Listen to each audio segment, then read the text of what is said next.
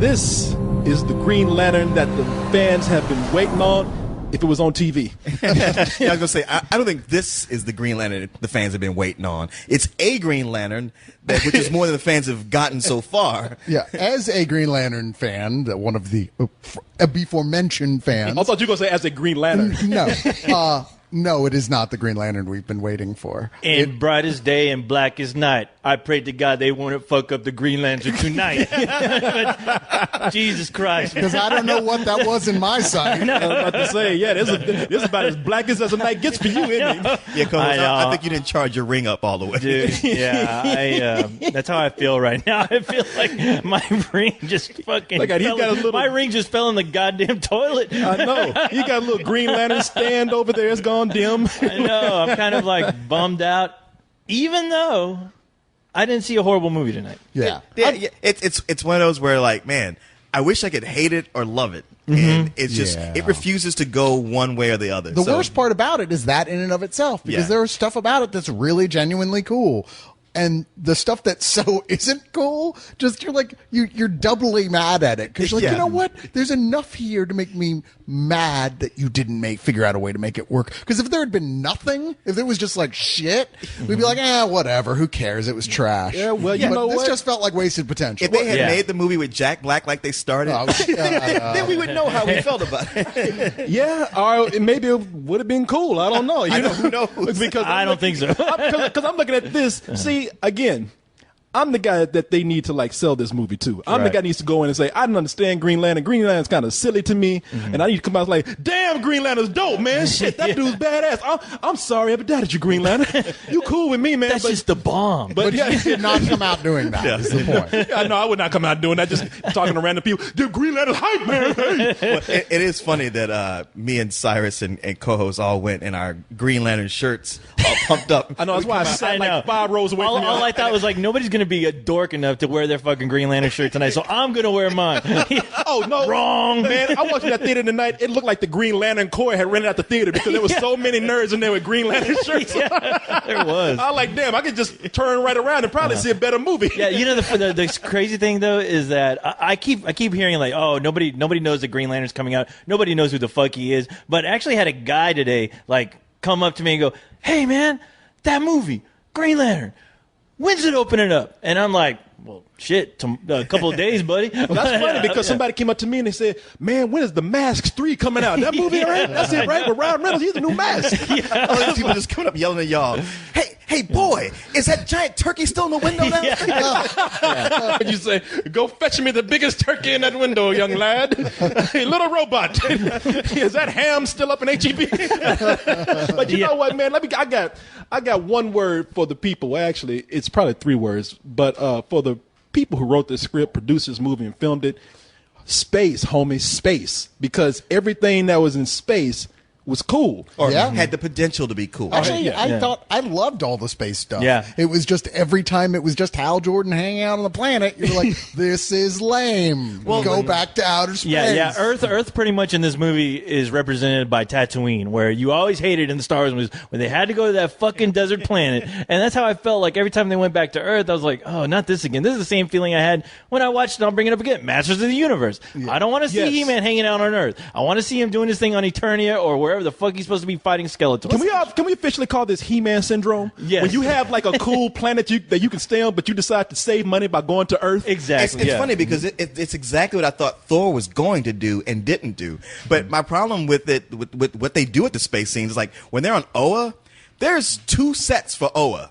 There's the set where all the lanterns stand around chanting, and the bridge where they train Hal. And every time they cut back to Oa, it's only one of those 2 sets. Well, no, 3, because there's the place with the Guardians, the little Guardian circle. Okay. So and you forgot when they did the fly around, which was badass. Yeah. Now, before we get too deep into this, I guess for people who are like me, who didn't really know anything about Green Lantern, sum it up kind of quickly. There's an alien. What a nerd. I know, man. What an asshole. Read a comic book, you idiot. There's this. That's what it's like now. You know the tables have turned. I hate to tell you. You're the nerd, Corey Coleman. We have Yeah, we're gonna have to control. put you in a death camp. I think Scott Pilgrim proved that wrong.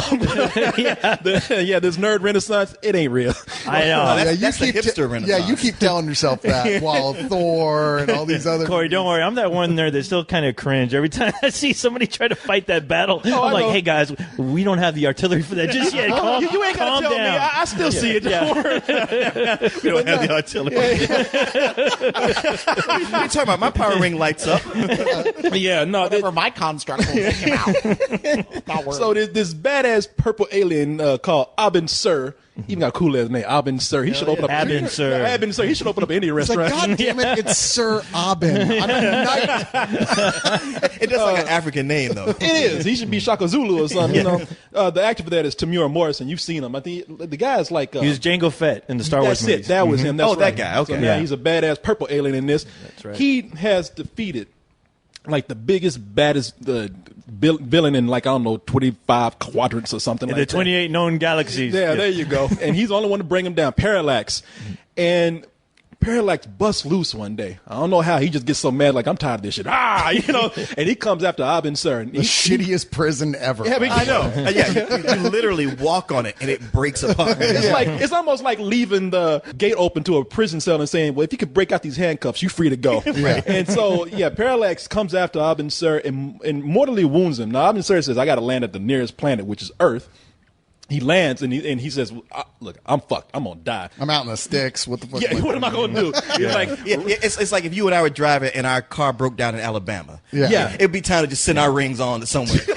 You might as well. You ain't making it out. Exactly. no, you ain't He getting was out of definitely at the ass end of space, yeah. Yeah. So he says, ring, fly off and find the next guy for the job. You know what to do. Mm-hmm. You know how to find this guy. And that next guy is a cocky ass ace pilot called Hal Jordan, played by Ryan Reynolds. And that Hal Jordan is such a rebel, such a confident guy that he just crashes a jet plane. He's like He's hey, Iceman. Yeah, he's he's up there like, flying with the top guns. yeah, like, hey man, what the fuck? That plane cost millions of dollars. Like, hey, you That wasn't my money. Yeah, well, shit. I did what I had to do. That's a plaything for me. Hey, y'all can give me another one, right? So I thought there was a bungee cord attached to the plane. I didn't know. So you look at Hal Jordan, it's like, wow, this is the guy that's going to defend the galaxy against the biggest villain out there.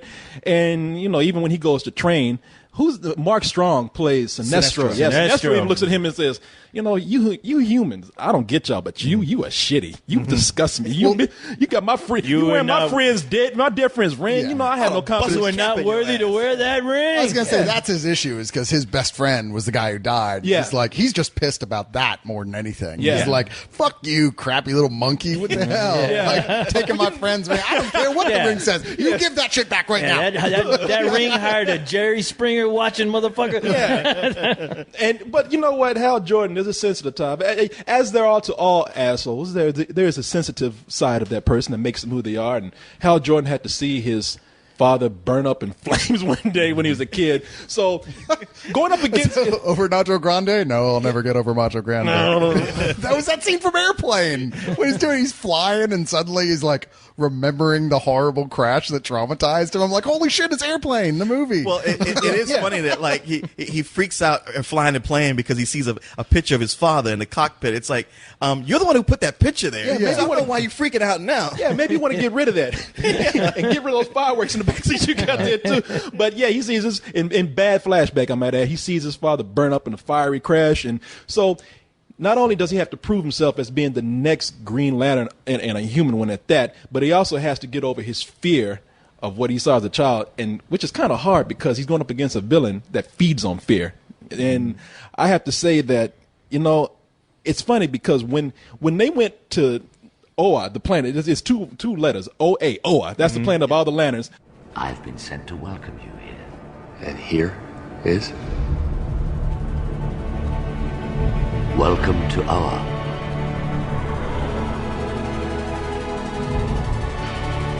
This planet has been our home for countless millennia. Since time immemorial, the Green Lantern Corps has served as the keepers of peace, order, and justice throughout the universe. To be chosen to join its ranks is the highest of honors, and and the greatest of responsibilities. Yeah, that part I heard about. When they went there, it was badass, man. They had all kind of aliens that would sit in the background. I mean, they even had like little flies that had Green Lantern shirts on. And, you know, all of them had the cool ring. I think even Gollum had that ring. He was like, he's a lantern. But Man, Gollum would have lost his shit. They had a mall that was nothing but Sharper Image stores. It was awesome. That's all those aliens look like the theater tonight, by the way. I know, shit. But you know, the next Bill.con. Yeah, that's gonna be the next Bill.com. But I'm looking at them, and Sinestro gets up and gives a speech and says, "Look, you know, Parallax is loose. We are the biggest, baddest heroes in the universe. We know what to do." And they all lift their rings up in the air, flash a green light. I'm like, "Yeah, go get them!" And they cut back to Earth, and you don't ever see that big battle ever. Well, it was poker night, so come on. It does seem like being in the Green Lantern Corps is a lot of like puffing your chest up and talking like you're a badass, but you don't really leave the planet. You just shine your ring up like like cutting on a cigarette lighter at a concert. Well, they did actually show them go after Parallax, if you remember, And get their they got asses their handed asses to them. handed. So what do they do? They're like, you know what? We're just gonna hide out here. And on top of that, it was only like he yelled to a whole like concert of Green Lanterns, and it was 5 of them that went up there, and I was like, "That's it." You really? There's like, there's a 10,000 Green Lanterns, and you're like, send 5 of them against the most dangerous thing in the universe ever gone against. Who are supposed to be who are supposed to be like the greatest warriors, or at least these 5 that were picked, and you're like, really, that's the greatest you got? Well, I also kept thinking, like, okay, these Green Lanterns, they're supposed to like protect different sectors of the universe. So if they're all collected on the planet, who's protecting those sectors? Yeah, it was almost like Mark Strong and Sinestro, like, "Come on, let's go." And he turned back and ain't nobody there. Where these motherfuckers at, man? I mean, they're like, come on, y'all. Yeah, they're space cops. They're like real cops. They just sit around eating donuts all the time instead of actually patrolling. Yeah, they were giving tickets out that day. You're going a little bit fast there in the 21st quadrant, but you know, it's even like they switch crews. Like when they're on Oa, the planet with all the aliens, they got their best A-team directors, cinematographers, script writers, you know, all that stuff. When they go down to Earth, they get second AD units to film all that. You know, get TV writers. Because once they go to Earth, that's when Cole, she was saying that's when the editing gets choppy. That's when you get a lot of bad music for this film that's supposed to be so orchestrated. And the thing is, the sad thing is, I think it's who is it? James Newton Howard. Yeah, that's who's worked on The Dark Knight, and Batman Begins, along with a number of other scores. Are you sure that? Well, it's Hans Zimmer. No, it's him. Yeah. Well, Hans Zimmer did the score. Oh for wait. The Dark Knight. Howard Shore. Is it Howard Howard? Shore did the Lord of the Rings. Okay, no. Then it's James Newton Howard. You This can is look James it up. Newton Howard. No, James but Newton Hans Howard did Zimmer this- did The Dark Knight. Yeah. No, but he also did The Dark Knight with both movies with Hans Zimmer. It was 2 people who worked on that soundtrack. Okay. Yeah, on both films. Yeah, both those guys. take But your word for it. it's James Newton Howard who worked on this soundtrack and the score, and it was not a good score. It was not a memorable score. Not But at that's all. really the problem. There's so much about this that isn't memorable. Like, there's all these attempts to be funny at points that really are awkward and unfunny. I mean, there's one point is a transition between scenes that's supposed to leave with one of those big audiences laughing. So there's a moment pause with a scenery shot after so the audience can laugh. And not a single person in the whole audience laughed. You could just hear this sort of uncomfortable. Yeah. By the way, co-host, you were full of right. Thank It was you. James Newton Howard who did All that. right, thank you. Yeah, no, it's almost like that scope that they had for all the space stuff. It's almost like it's not even the same director. It's somebody who like seemed to have a TV sensibility when they were directing all the interactions between the people, how they frame the shots, how the even down to like the scenery in some parts, like. I felt exactly that way. I felt like I was watching a TV show when it was on Earth and an actual movie in outer space. Well, here's the thing. As I was telling these guys, because I kept having that feeling too, like that music, it felt more like TV music. Everything else had those TV sensibilities. Now, even though it was Martin Campbell, who's a great movie action director, the movie is written and produced by Greg Berlanti and Mark Guggenheim, who did No Ordinary Family, the TV series. And it was like, at the time I was watching it, there were times it kept making me think of that series, because just in the way, like the speech that Hal Jordan makes, it's that kind of TV writing, the kind of stuff that they did, where they're writing superheroes from 15 years ago, before we had movies like Spider-Man, X-Men, Thor, all these other new, there's a whole new paradigm. Dark Knight changed everything, but not to these guys. They're still looking back when you could just do a little bit. Yeah. People were so happy to have whatever they had, and it was cute. But And there's not a single heroic line in this film. No. There's attempts to do heroic lines, but man, there's some of the worst heroic lines ever written for a superhero. Well, I couldn't tell if they were like trying to hold back on some of that dialogue. It seemed like, we're going to fool you into going into a conventional route that you're used to seeing with these superhero movies, but we're not. We're going to pull it back.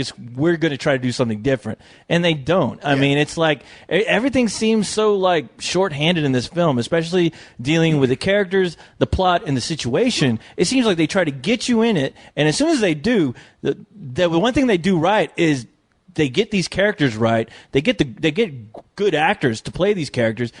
And they set up the situation where it's like, this has the potential to be a great film. Well, but they just kind of throw it away. There's two things that could have covered that. Yeah. If you have a lot of scenes that are not, if you're not going to concentrate on a lot of the epic battles, the space stuff, the heroic scenes, then you're going to have to like make it up with your drama. Mm-hmm. And they don't really do that there. I mean, I look at things like, I don't want to compare this movie too much to the films as its own thing, but an example of that is looking at both like, Dark Knight, that goes without saying. A lot of that, all the relationships in there were pretty intriguing, and we were into that. Or you look at Thor, where you had people who actually brought Shakespeare, or Shakespearean acting to a comic book movie, and that whole thing with Loki, you felt that kind of pain there, and then with Thor being down on Earth, well, their gimmick is that they got a lot of the good humor from being like a big fish out of water story. That's not what we have here.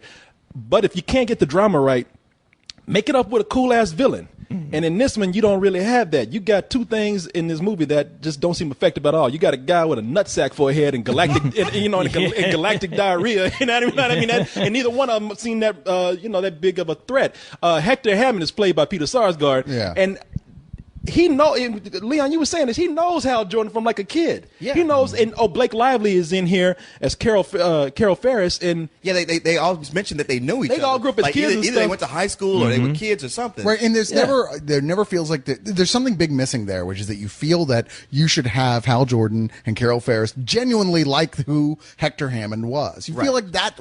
Is there a scene missing here? Yeah, where they're like, wow, yeah, we were all buddies. That's cool. And then once he's poisoned by this parallax virus or whatever, it's never really clear exactly what happened there or how that works in this version of things. But he starts getting a big nut forehead and having powers. You're like, okay, you start seeing the resentment and all that. But like I said, it's important for us to like him first. Well, you know what, they set up they set those seeds there. Like Tim Robbins is Hector Hammond's father, very powerful politician. There's a scene where he just punks out Hector Hammond in front of him. He's like, yeah, my son's a thinker, but you're more of a doer. You ain't a pussy like my son. Yeah. And you can nice see moment where Hal's like, man, your dad's kind of a dick. And it was like, gets his back. He's like, yeah, but it's not for the thinkers. We could have had like a Harry Osborn type of Peter Parker type thing going on there. Places where it seems to borrow from other movies, but just drop the ball when it does it. Because I thought about the whole Harry Osborn, Peter Parker thing right there. And even then, as a character, the movie itself betrays that villain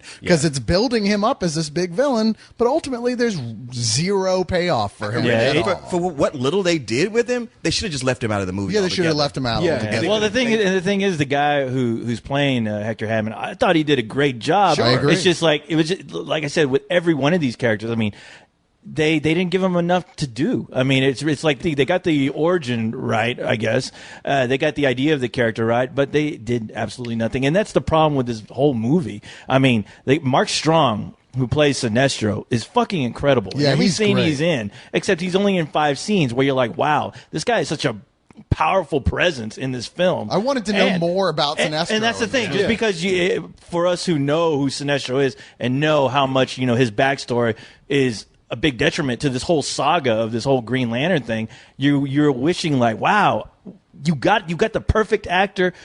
He looks fucking great. Do something with him. Don't just have him hanging out for a few scenes. Just float to cheer. Yeah, to be the cheerleader of the Green Lanterns. Do something fucking epic with him, man. Well, I mean, show him being a fucking badass. Make that he the is. relationship with him and Hal very central to the film, and it never really is. Like in the reinvention of the comics that Jeff Johns did, that a lot of this is based on. He made it so key that everyone knows that Sinestro eventually becomes the greatest enemy of the Lantern Corps, right? But that he started out as one of the greatest Lanterns. Yeah, he's the guy. Seward died. He was the best one. Yeah, and he was the guy who personally helped train Hal Jordan and grudgingly grew to really respect and even become very close friends with them. Right. So that whole part there is really missing, not to mention there's a post-credit scene that's like, you know what, we're going to skip over all that friend stuff and just prepare you for the next movie where he's the bad guy. As far as the post-credit stuff, you know how you stick around for those Marvel movies for that? Don't stick around this time. Yeah. Just get up and leave. Well, the thing is, saying that too is that, I mean, it sucks that, wow, they got the look right, but there's nothing for me to chew on. There's really nothing. You're just showing me like highlights. It's like it really is like a Green Lantern for dummies. Well, the movie is a big cock tease because they take you. Look, man, it's what I'm pissed off about with the film, and I'm not even like a huge fan like you guys, but I'm like, okay, Hal Jordan comes to. I starts training with Kilowog, who's voiced pretty well by Michael Duncan. Michael Clark Duncan. If you just got a big old monster, just get Michael Clark Duncan to do the voice for it. He's done gorillas and all kind of shit. But here, he gets trained. You're like, man, I'm into this. It's hard to train to be a Green Lantern. Except 5 minutes later, Hal Jordan's like, I quit. And he just gets up and leaves. And I'm like, no.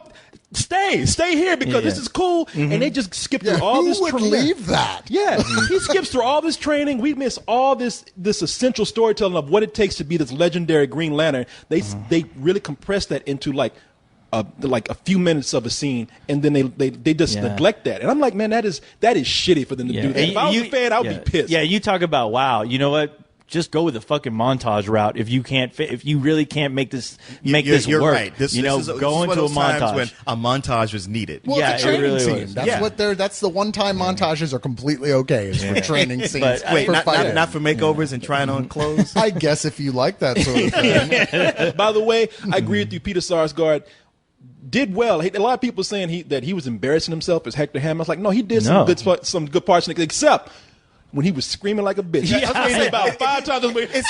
I know. Like the first time was super effective. Where you're like, wow, that's fucking painful. But then when he does it for the next 3 times, you're like, all right, stop. All right, stop. Just stop already. I was like, how please, can you be please. a villain, man? You just need to leave now. I know.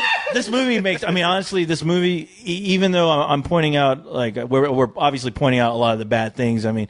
Some good things. I still don't hate it. I mean, I honestly feel like a lot of this movie is on the fucking cutting room floor right now. I mean, watching it tonight, it really felt like, especially the closer you got towards the end, it felt like they chopped the shit out of it. Only because scenes end so abruptly. They do. And a lot, and there was a scene that came up that I'm like, okay, are we missing a reel? Because how did this conflict already happen so quick without the other person knowing what exactly is going on in this scene that's happening right now? It's like, wow, okay, there seems to be something that got cut like that. I felt more like it was underwritten, or if it wasn't underwritten, it was written in a way to where it moved slowly enough to where whoever was editing it just didn't have the attention span or the patience, and they're like, nobody's gonna stick around for this. But saying that, films can succeed starting off with an explanation of everything that's happened up till now when it's the first movie. Right. Every once in a while you can get away with it, but this was not one of those cases, and you worry. The moment they do that, it's like, okay, here's the Green Lantern Corps, here's how it works, here's everything that's happened, here's what Parallax is.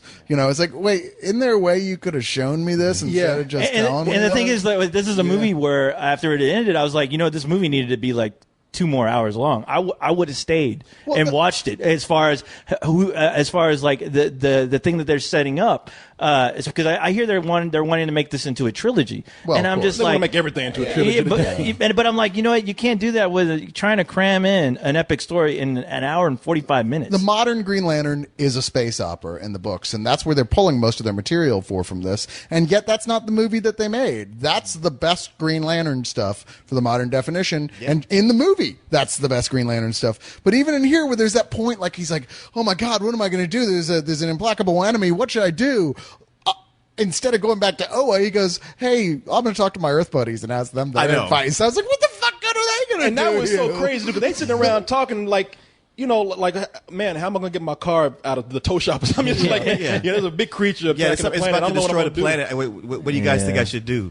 I don't know. Save us? Stop it? Maybe you should go talk to the Green Lantern Corps. Yeah. You haven't even finished training. The guys who wield this incredible power. Yeah. Yeah. I mean, there is a creature about to destroy the Earth, and his friends are like, well, man, why don't you at least think about saving the planet, you know, and just sleep on it. And now, you know, if that was us, we'd been like, motherfucker, you better get out there and save the planet. I ain't going to die because you feeling depressed right now. I see that fucking thing coming right now. You see Do this picture of your something. father? I'm going to rip this shit up right now. Get your fucking ass back out in space. It don't make any sense, man. And look, I was talking to Leon about this, and it's just like what you're saying, Cyrus. It seems like the movie could have been an hour and 30 minutes, an hour 45, 2 hours long, and told a story that was just fine if they had, like, stayed in, because they're saying that they want that, like, hey, we're making the next Star Wars with this. I guess because they think that they have a bunch of aliens in this, and that's what they're doing. Right. Well, in order to do that, they should have, like, left Earth at the beginning of the movie and at the end. We should have just stayed on OR. Or other planets, just out in the universe, out in other galaxies. Establish the relationships between Hal Jordan, Sinestro, Tamari, and Kilowatt. You know what you got there? You got kind of another Thor type theme, except it's reversed. We get a fish out of water story, but it's Hal Jordan having to deal with being in these incredible worlds, Right. and dealing with that, and that's so much more interesting. Well, but whereas Thor was stuck here and he dealt with it, Hal Jordan just went, "I quit." well, that guy said I can't do it, so I guess I better go back home. No, you know, not to like shit on this movie, man. Is the mission of this film, like the mission statement is like, hey man, you should really try and stay at your job. Come on, man. You shouldn't try. Goddamn, What is with that shit? Stop smoking all the green. if you know what I'm saying. And stay at your damn job. Get up on time. Go to work. Just don't be. That is true. Yeah, that seems like that's like the mission. Yeah, he was using that. Yeah, he really was using that lantern as a bong. He was like, I'm gonna smoke this shit and think about going to work. You know, I will say this, man. The movie, as we already mentioned, and just to let you know that we're trying to be fair. Mark Strong gives a great performance. Ryan Reynolds. Ryan Reynolds is great. Ryan Reynolds sells a lot of. This is the great role for him because it fits his personality, and all the special effects I think are great. Even though my only drawback with the special effects is that they look good. I have no problem with the way they appear when Hal Jordan does his effects. But I still think his powers are silly. You know, when he makes a race car track to stop a plane from crashing. You know what? That's the thing. Like early on, I was impressed with how they did the constructs because that was something even in the comics that never quite 100% worked for me. I was like, wow, I dig the way they're pulling it off. And even though I wasn't impressed with the movie, I was like, you know what? It's got potential until that first scene where he comes out on Earth as the Green Lantern and saves the senator, making a race car track to save the helicopter. And that's when that was the first time I felt really let down. Where it should have been a spectacular. Well, okay, and I tell you what, Superman ruined that. For every time you introduce a superhero, you better have that Superman moment where if you're going to save a girl from a falling helicopter, it better look fucking amazing. Well, it better make you go, wow. That and worked this for didn't me do that. in the basis of this character, and I know maybe it's just because they didn't explain it as well. And I thought afterwards they tried to, which is that the lanterns work best, not just as using them as like a laser gun, but like doing it through imagination. That's why people have constructs. They're more powerful when you're doing it that way. But all that shit comes from instinct, and that was meant to illustrate. Well, that's the way that Hal Jordan's mind works. That's pretty He fucking rather than sad. something else, he thinks of a race car. Yeah, that's what he thinks because that's his mind. But you know what? I can't present that to Corey and say, look at how cool this is. I know, because I got that. I mean, because when they did a scene right after that where Hal Jordan was with his best friend. What was his best friend's name in the movie? I don't know. He's not even a character in the comics. I don't think he had random a name. mixed ethnic guy. Exactly. Saeed, anyway. I think is that.